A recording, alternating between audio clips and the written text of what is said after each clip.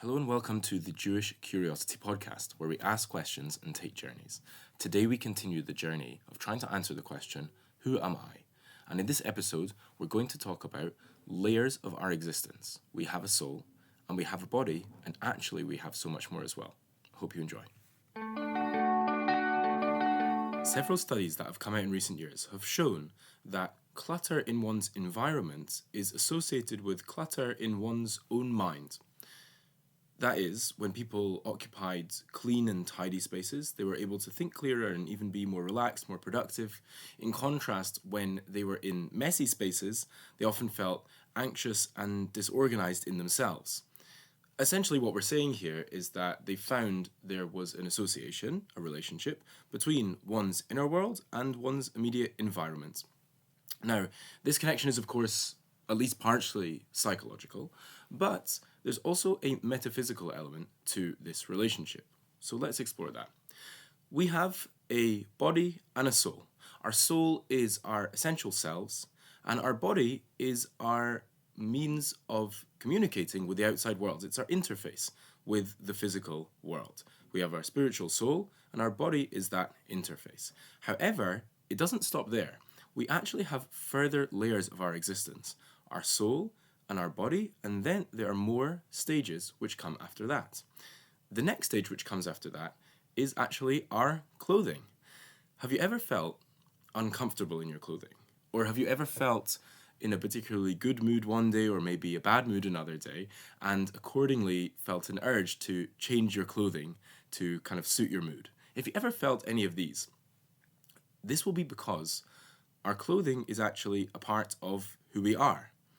So we want our whole selves to express who we are or what we're feeling. It's not just that our clothes are symbolic of who we are and who we want to be, but they rather are expressive of it. And if there is some kind of discrepancy, some dissonance between our feelings, ourselves, and our clothing, then we may feel a certain sense of discomfort.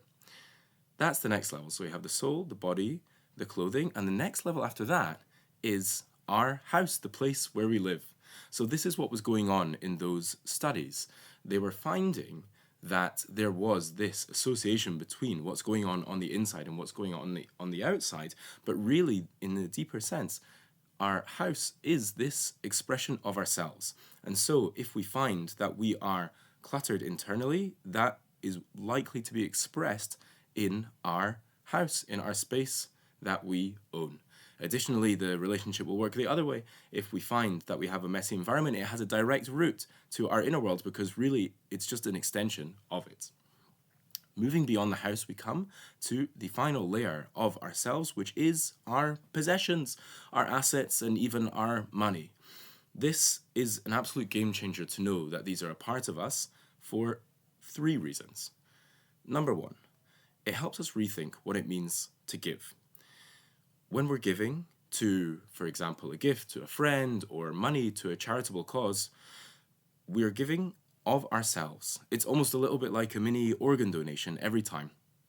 And when you take something that is part of you and share that with another, that's something which can help you grow.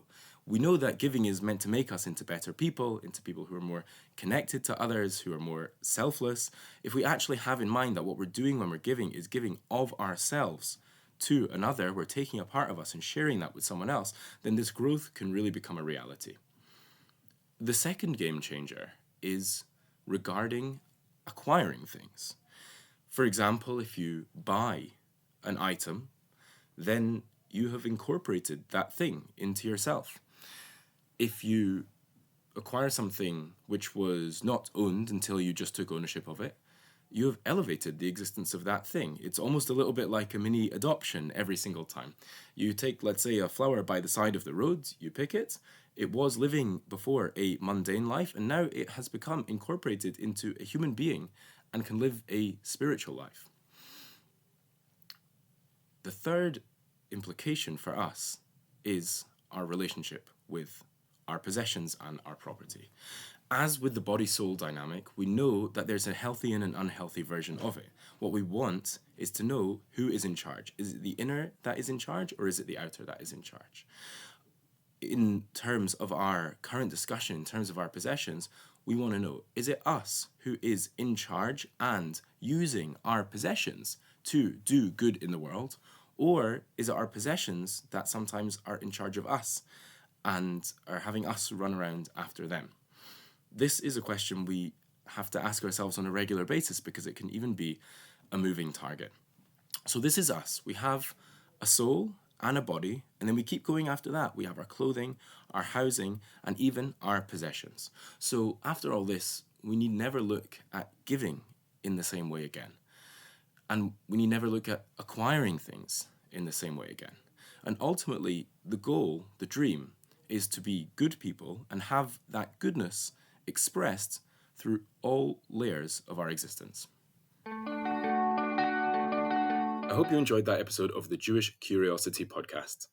If you want to find out more or check out more episodes, you can go to www.jewishcuriosity.com, or you can also find us on Spotify, Apple Podcasts, and YouTube.